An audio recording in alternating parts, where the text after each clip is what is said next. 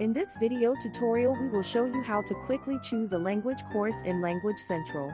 If you are new to Language Central and are yet to choose the language course to start with, we recommend you choose from our course playlists. These are available from our channel homepage.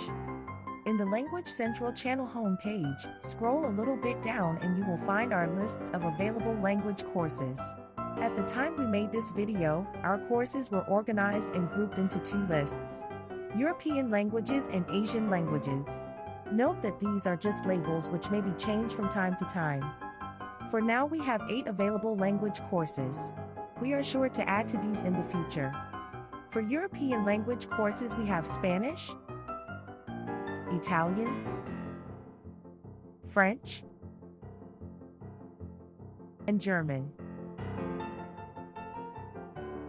For Asian language courses we have Japanese, Korean, Chinese,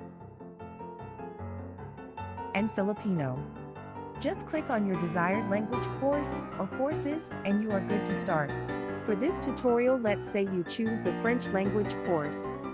For starters, we recommend just 1 or maybe 2 courses. You can simply start more courses anytime in the future when you are already familiar with how our courses are structured and you feel like you can handle more.